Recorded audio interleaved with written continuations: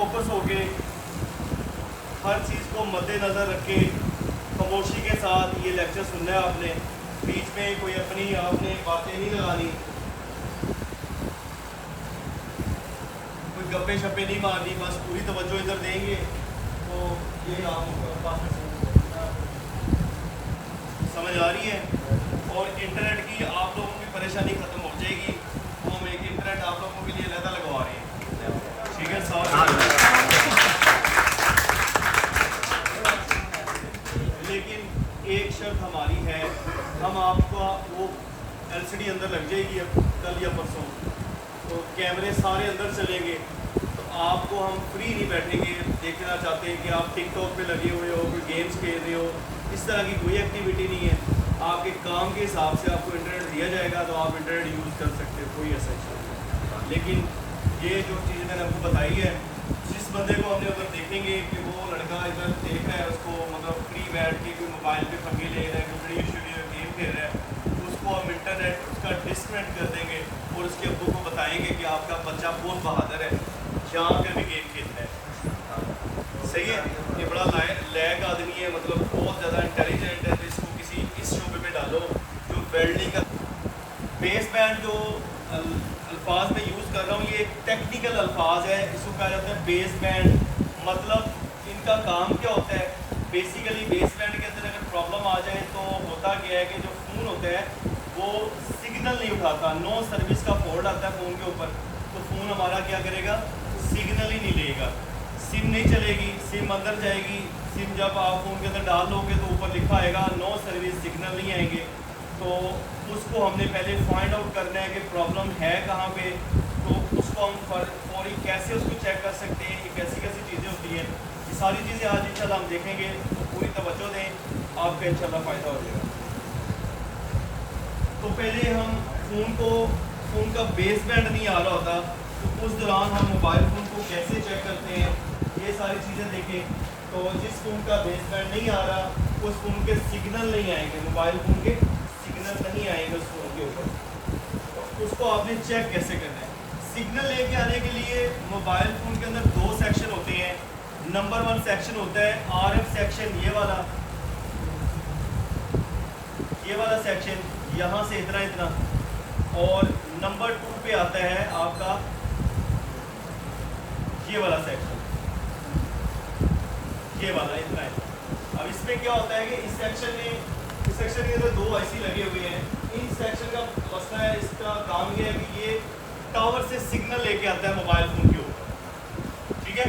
जो base band होता है वो क्या करता है, आपके सिम के नंबर को डिटेक्ट करना होता है IME नंबर के साथ। तो जो बेस बैंड का सेक्शन है वो ये वाला है, ये जो आपको इतना नज़र आ रहा है ये वाला सेक्शन, और ये IC नज़र आ रहा है, ये बेस बैंड CPU IC है। अगर बेस बैंड CPU IC के अंदर, और दूसरी साइड पे इसको अगर मैं देखूँ तो यहाँ पर इसका बेस बैंड का पावर IC लगा है, क्योंकि बेस बैंड जो है वो निहायत ही ज़रूरी एक IC है, क्योंकि आपको पता है मोबाइल फ़ोन बेसिक तो मतलब कॉल के लिए बना है ना, उसके बाद इसके अंदर स्मार्ट वर्किंग आ गई है, कोई कैमरे आ गए, इस तरह के पहले नोकिया के आप फ़ोन देखते होते थे, तो उसके अंदर क्या उसका बेसिक मोबाइल फ़ोन का नाम ये था कि दूर दराज किसी से रब्ता करना हो बगैर वायर के आप उसके साथ उसको कनेक्ट कर लें। तो ये सारी चीज़ें, तो ये पावर IC है, ये वाला ये छोटा सा एक पावर IC लगा है, ये खाली पावर IC बेस बैंड के लिए लगा हुआ है, इसलिए सिर्फ बेस बैंड IC को ऑन करना है। अब RF सेक्शन और जो बेस बैंड है, ये दोनों चीज़ें हैं तो टेक्निकली तौर पे अलग-अलग, लेकिन अगर इन दोनों के अंदर किसी भी एक चीज़ के अंदर प्रॉब्लम आ जाती है तो फ़ोन हमारा क्या करेगा, नो सर्विस पे चला जाएगा। तो अब हमने पहले इसको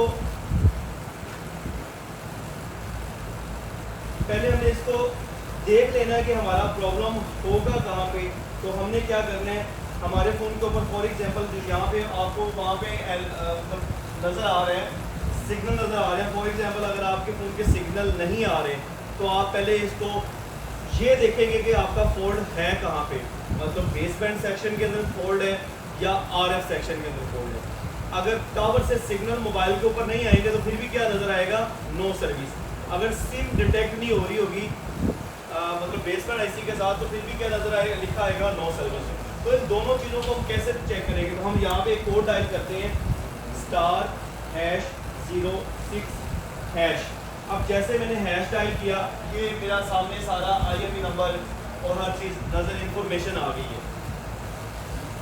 जिस मोबाइल फ़ोन के अंदर सिग्नल नहीं आ रहे होते, आप उसके अंदर कोड डायल करते हो *#, दोबारा मैं डायल करता हूँ *06#, और उसकी इस तरह इंफॉर्मेशन आ जाती है, तो आपके मोबाइल फ़ोन का जो RF सेक्शन है, जो ये वाला सेक्शन है बेस बैंड नहीं, जो दूसरा सेक्शन है RF का सेक्शन, उसके अंदर फॉल्ट आ जाता है।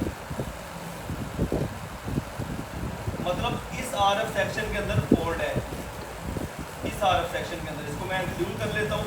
मतलब या तो फॉल्ट आपका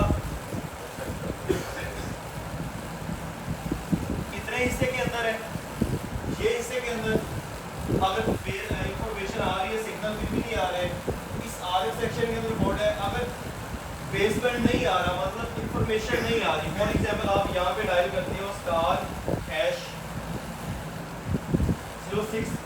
फॉर एग्जांपल आप समझ लो कि मैंने यहाँ पे हैश डायल कर दी है और यहाँ पे कोई भी इंफॉर्मेशन नहीं आ रही मोबाइल फोन के ऊपर, कोई भी IMEI नंबर नहीं आया, तो फिर फॉल्ट कहाँ पे होगा? बेस बैंड के अंदर।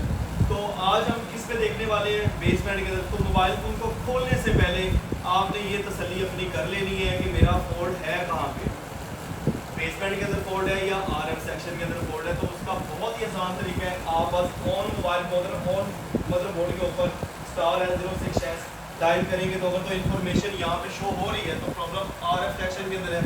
अगर ये वाली इन्फॉर्मेशन शो नहीं हो रही तो प्रॉब्लम हमारा बेस बैंड के अंदर है। तो फॉर एग्जांपल आप ये समझ लो कि हमारा फॉल्ट बेस बैंड के अंदर ही है, हमने ये चीज़ें डायल की और ये इस तरह नहीं आ रहा। तो बेस बैंड को अब हम कैसे देखेंगे? iPhone 2G से लेके 16 Pro Max तक जितने भी फ़ोन होते हैं सबके अंदर बेस बैंड IC लगा हुआ है। कोई भी ऐसा IC नहीं है, कोई भी ऐसा फ़ोन नहीं है जिसके अंदर बेस बैंड IC नहीं लगा हुआ। बस फ़र्क इतना है कि उसकी डायरेक्शन का फ़र्क होगा कि बेस बैंड IC किसी फ़ोन का यहाँ पे लगा है, इस साइड पे लगा है, जैसे इसका इस यहाँ पे लगा है, और किसी का यहाँ पे CPU इसी के पास लगा होगा। अगर ड्यूल लेयर होगी, मतलब iPhone X से ऊपर वाला वर्जन होता है कोई भी, जैसे मैं iPhone X का कोई वर्जन आपको X वर्जन ओपन करके दिखा देता हूँ या XS ओपन करके दिखा देता हूँ। तो जो XS वर्जन होता है, इसके अंदर मॉडल होता है, तो इसके अंदर भी बेस बैंड CPU इसी लगा हुआ है, लेकिन इसका कहाँ पे लगा हुआ है? नीचे वाली लेयर के अंदर। इनके दो मदरबोर्ड हो जाते हैं, जैसे लाइक ये देखो, जो iPhone 6 है या iPhone 7 है या 8 है, उनका एक मदरबोर्ड होगा इस तरह उनका एक मदरबोर्ड होगा और दो हिस्से होंगे उसके, एक A साइड होगी, एक B साइड होगी। हाँ जी, जो नॉर्मल बोर्ड होते हैं iPhone 8 प्लस तक जितने भी बोर्ड होते हैं वो सारे के सारे बिल्कुल स्ट्रेट बोर्ड होते हैं। इस तरह एक बोर्ड होता है, जैसे ही आपको मदरबोर्ड नजर आ रहा है, एक साइड पे भी उसके मतलब ICs लगे होते हैं और दूसरे साइड पे भी लगे होते हैं। जो इससे ऊपर वाला मॉडल आ जाता है जैसे iPhone XS या iPhone X, तो इसमें देखें आप यहाँ पे ड्यूल मदरबोर्ड होगा, मतलब इसके दो मदरबोर्ड होंगे। एक मदरबोर्ड का फ्रंट साइड ये होगी और नीचे वाली साइड ये होगी। अब अपर लेयर की फ्रंट साइड ये वाली है और नीचे वाले मतलब जो डाउन लेयर की है उसकी मतलब इसके दूसरी साइड की वाली फ्रंट साइड ये वाली है। तो इसके अंदर बेस बैंड IC कहाँ पे है? इसके अंदर भी बेस बैंड IC लगा हुआ है, लेकिन हमें वो कैसे नजर आएगा? यहाँ पे ये देखो, यहाँ पे देखो कि इसकी नीचे वाली लेयर के अंदर बेस बैंड CPU IC लगा है। ये बेस बैंड CPU IC है और यहाँ पे क्या लिखा हुआ है? Base band CPU IC। जो बेस बैंड का जो सेक्शन है वो मोबाइल फोन के अंदर, हर मोबाइल फोन के अंदर होता है। कोई ऐसा मोबाइल फोन नहीं है जिसके अंदर बेस बैंड का सेक्शन नहीं होता, ठीक है? तो 2G से लेके आपका 16, 17, 18 जितने भी फ़ोन आने हैं सबके अंदर होगा।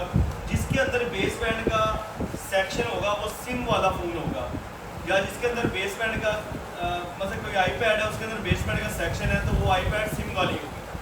जो iPad जिसके अंदर बेस बैंड का सेक्शन नहीं होता वो सिम के बगैर होती है। ये भी चीज़ें आती हैं, iPad के अंदर भी सिम वाली iPad आती है, बगैर सिम के भी है।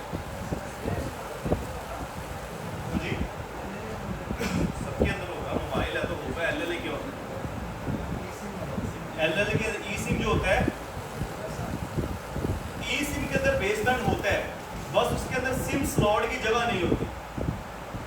वो समझ लो कि ई सिम के अंदर मैं ई सिम कोई ई सिम वाला फ़ोन ओपन करके दिखाता हूँ आपको। लाइक जैसे कि ये 15 सीरीज़ LL है, US मॉडल है, इसके अंदर सिम स्लॉट नहीं आपको नजर आएगी।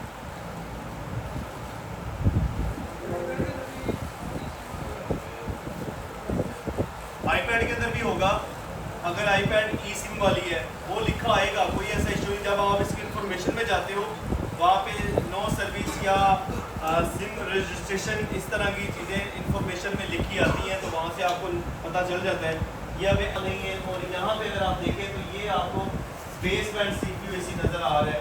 यहाँ पे अगर मैं इसके ऊपर इंफॉर्मेशन लूँ तो यहाँ पे आपको लिखा नज़र आएगा कि ये बेस बैंड CPU AC है। ये देखो UBB मतलब बेस बैंड, और ये बेस बैंड के लिए काम करता है। जितनी भी इसकी बेस बैंडिंग का होता है, मतलब जितना भी इसकी सिम डिटेक्टिंग होती है, जैसे कुछ सिम का कोई नंबर होता है उसको डिटेक्ट करना है। आप देखते हो ई सिम के अंदर हम QR कोड करते हैं, और QR कोड के अंदर ही उन्होंने सिम डाली होती है, एक नंबर डाला होता है। आप QR कोड जैसे उसका स्कैन करते हैं, जो भी आपकी सिम का QR कोड होता है वो सिम का नंबर फ़ोन के अंदर डिटेक्ट हो जाता है। सही है। ये वैसे जो टेक्नोलॉजी है ये पुरानी टेक्नोलॉजी है, कोई नई टेक्नोलॉजी नहीं है।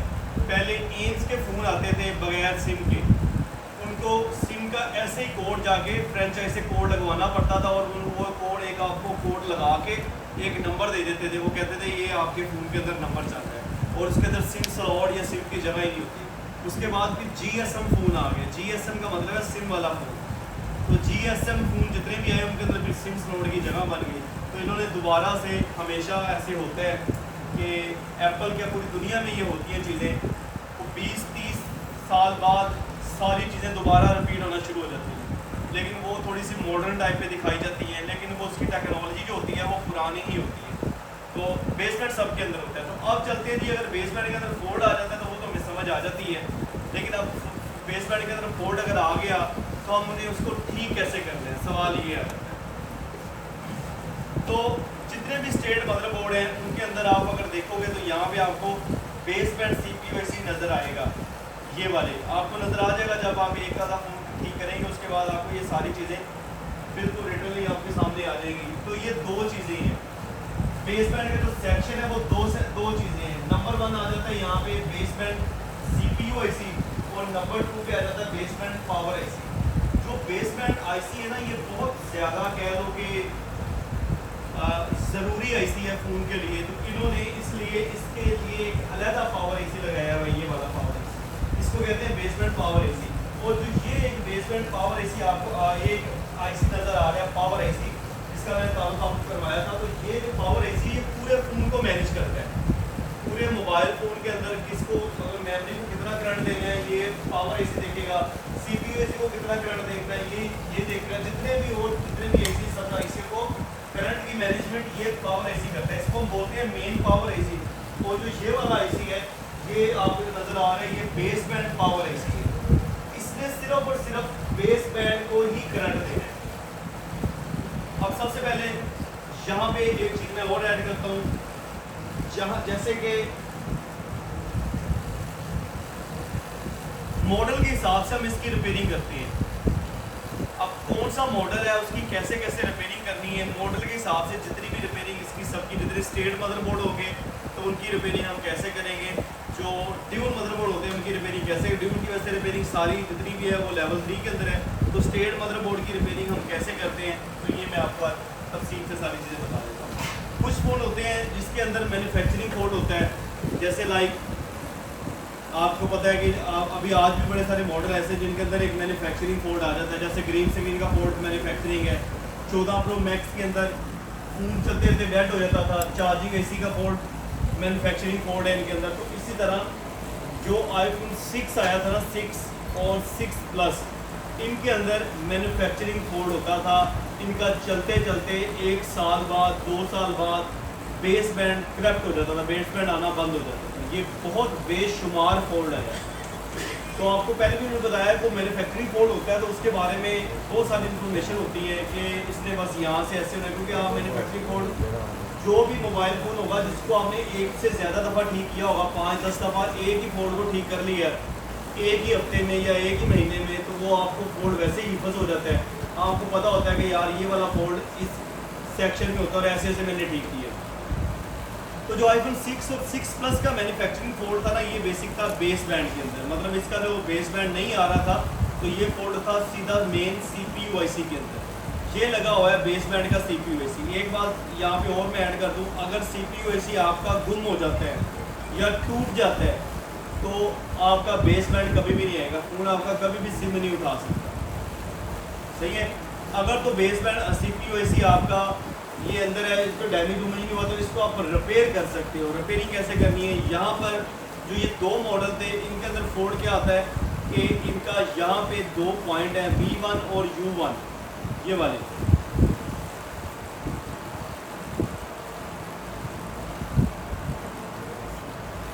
ये वाले 2 पॉइंट बेसमेंट CPU IC के V1 और ये U1, ये 2 पॉइंट डैमेज हो जाते हैं चलते चलते। इनके अंदर मतलब फॉल्ट ही ऐसा है, इसके अंदर यूज़र की कोई गलती नहीं है। ये फ़ोन क्या होता है कि अगर फ़ोन नीचे गिर जाए तो इधर आप खड़े हो जाओ। हाँ हाँ आप बिल्कुल आप हाँ आ जाओ आपका फ़ायदा है। तुम्हें कह रहा हूँ सो तुम रहे हो, मैं थोड़ी सो रहा हूँ। नहीं ये लड़का ये, हाँ आप खड़े हो ना ज़रा, ये आप इधर आ खड़े हो तो नींद नहीं आएगी आप। और कोई बच्चा सो रहा है तो वो भी खड़ा हो जाए, उनका फ़ायदा है, लेक्चर ध्यान से सुना जाएगा, समझ में आ जाएगा। ये एक ही लेक्चर आपका होना है, रिपीट लेक्चर ये नहीं है। और ये 50% फ़ोनों के अंदर इसी तरह के फॉल्ट आते हैं।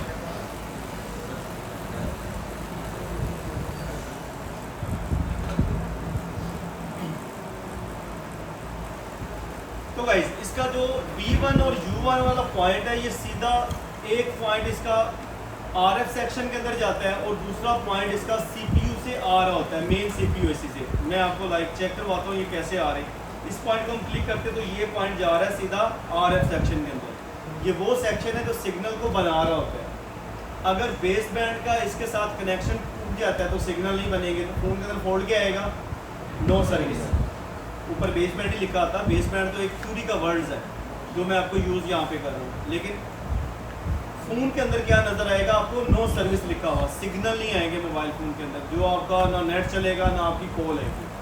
तो ये जो आपका ये वाला U1 का पॉइंट है, ये कहाँ जा रहा है, RF सेक्शन के अंदर। अगर U1 का पॉइंट डिस्कनेक्ट हो जाता है तो फ़ोन के सिग्नल फिर भी नहीं आएंगे। जो V1 का पॉइंट है ये बेसिक आ रहा है मेन CPU IC के अंदर। यहाँ से ये देखो, ये यहाँ से सीधा इसके अंदर आ रहा है। तो अगर ये वाला पॉइंट भी आपका डैमेज हो जाता है तो आपके फिर भी सिग्नल नहीं आएंगे, क्योंकि आपको पता है हर चीज़ को चलाने के लिए पीछे एक मेन CPU IC लगा ही हुआ है। अगर तो यहाँ पर ये इसके अंदर मतलब यहाँ पे रीडिंग नहीं दे रहा, जो रीडिंग यहाँ पे आ रही है 421, तो हमारा ये वाले पॉइंट्स के अंदर प्रॉब्लम है और ये हाल है CPU IC के अंदर। तो मैन्युफैक्चरिंग बोर्ड क्या होता है कि यहाँ से इसका पॉइंट डैमेज हो जाता है मदरबोर्ड से। तो हम उसको कैसे बनाते हैं, ये सारी चीज़ें आईफोन 6 के अंदर फॉल्ट आ जाए तो आप उसको कैसे रिपेयर करते हो, तो ये मैं आपको अभी प्रैक्टिकली करके दिखाऊंगा। 2 मेरे पास यहाँ पे फ़ोन है, बल्कि 2-3 फ़ोन है। इन तीनों के अंदर बेस बैंड का प्रॉब्लम है, सिग्नल नहीं आ रहे।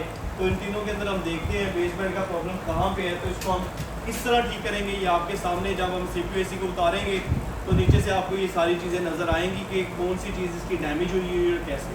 उसके बाद बात करते हैं इससे अगला मॉडल जो आ जाता है 7, 8 प्लस या 6 या 6S या 6S प्लस। इन तरह के जितने भी मॉडल होते हैं उनके अंदर अगर बेस बैंड का प्रॉब्लम आ जाए तो हम उसको कैसे ठीक करेंगे। इसका तो चलो बेस बैंड का कह लो कि मैन्युफैक्चरिंग फॉल्ट आ जाता है तो हमें पता चल जाता है। जो इससे ऊपर वाले मॉडल है उनके अंदर तो बेस बैंड का कोई मैन्युफैक्चरिंग फॉल्ट नहीं है, तो उनको हम कैसे ठीक करेंगे वो भी आप देखिए। तो ये मैं यहाँ पे 8 प्लस इसके ऊपर जितना जो लास्ट मॉडल है मदरबोर्ड स्टेट जितने होते हैं इसके अंदर सबसे लास्ट मॉडल जो आया वो 8 प्लस है। उसके बाद एक और मॉडल आया है XR, इसका भी एक वो मदरबोर्ड है। बाकी जितने भी फ़ोन आईफोन के अंदर हैं, आईफोन X से ऊपर सब के अंदर ड्यूल मदरबोर्ड लगे होते हैं, ठीक है। वैसे SC 2020 जो नेक्स्ट मॉडल आया 2022 उसके अंदर भी स्टेट मदरबोर्ड ही लगा होता है। तो स्टेट मदरबोर्ड में क्या होगा कि आपको ये फिजिकली बोर्ड बस इस शक्ल में नज़र आएगा। जो ड्यूल मदरबोर्ड है वो आपको नज़र आएगा, वो 2 जुड़े हुए हैं मदरबोर्ड ऊपर नीचे, देखे होंगे आपने, तो नहीं देखे तो थोड़े से मदरबोर्ड ओपन है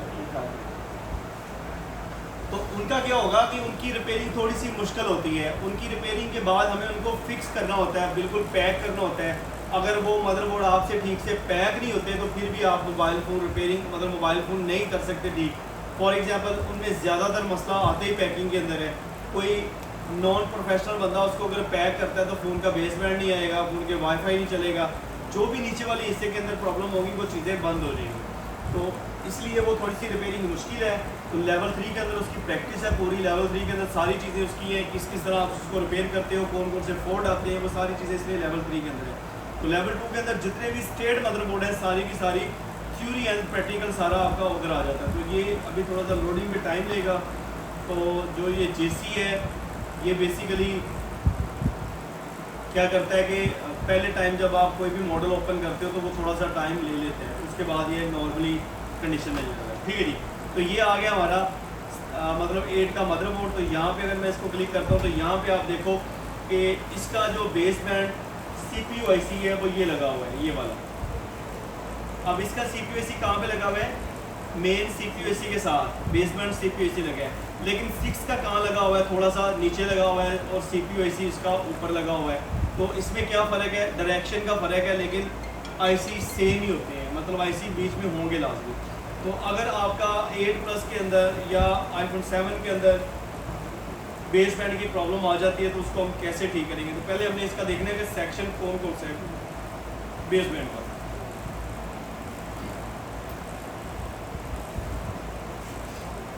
तो नंबर 1 यहाँ पे देखो, सबसे पहले हमें ये पिक्चर हमारे पास है तो वेल एंड गुड है, नहीं है तो ये आपको इंटरनेट से मिल जाएगी, अगर आपके सॉफ्टवेयर से भी मिल जाएगी। आप एक फ़ोन कर लोगे उसके बाद आपको ये सारी चीज़ें बिल्कुल फर्दर नज़र आना शुरू हो जाएगी।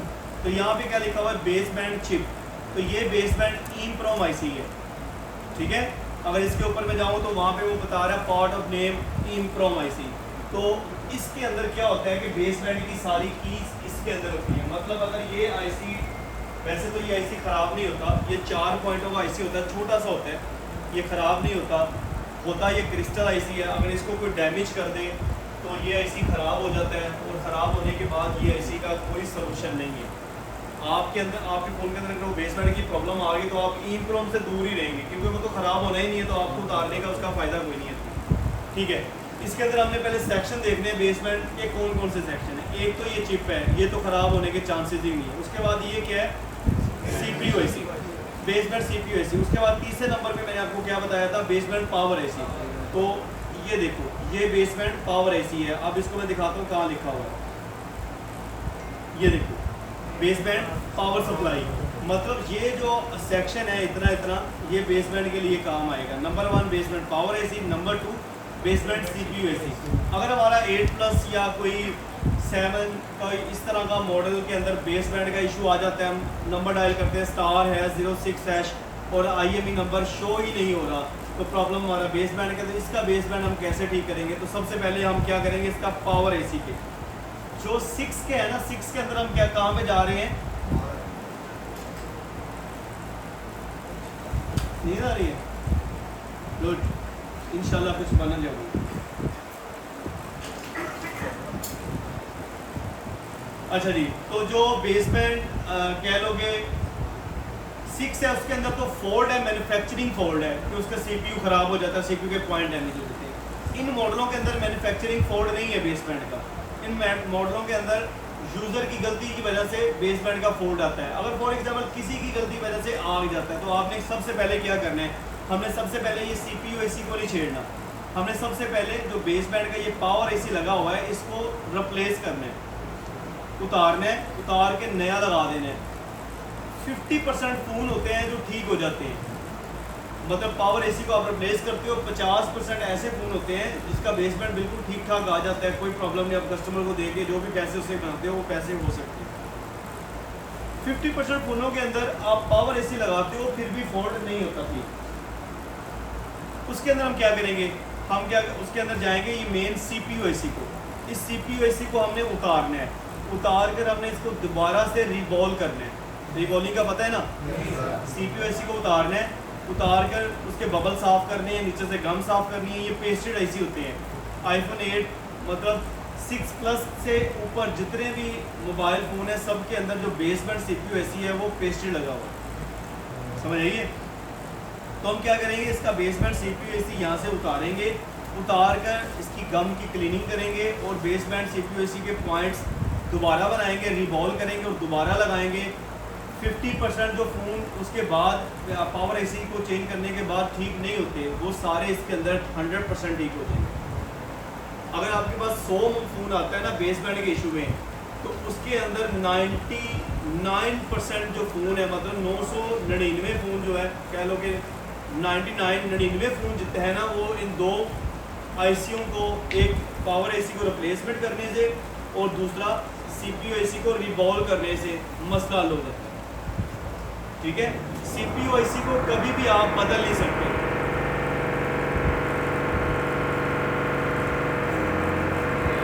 IC खराब हो जाता है, टूट जाता है, तो आपके फ़ोन का बेसबैंड कभी भी नहीं आएगा।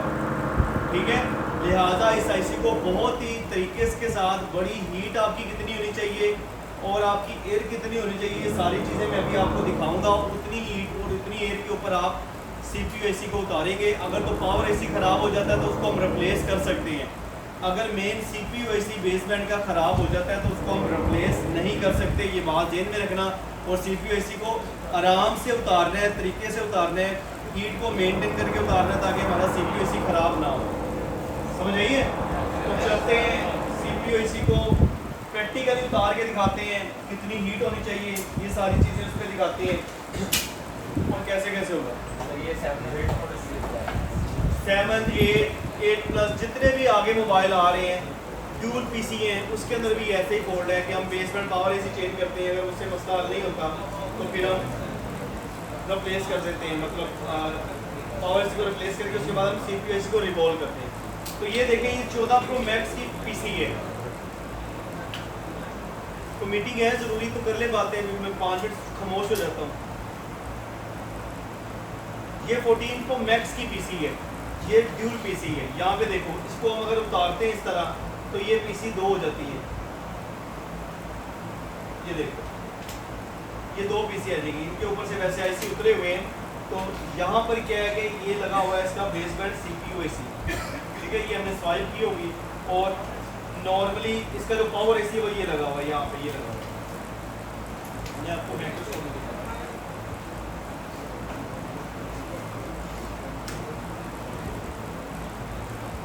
ये देखो, यहाँ पर इसका बेसबैंड CPU AC लगा हुआ था जो हमने उतार ली है, और जो इसका बेसबैंड पावर AC था वो ये लगा हुआ है, ये वाला। ठीक है, इसलिए इसको पावर देनी होती है।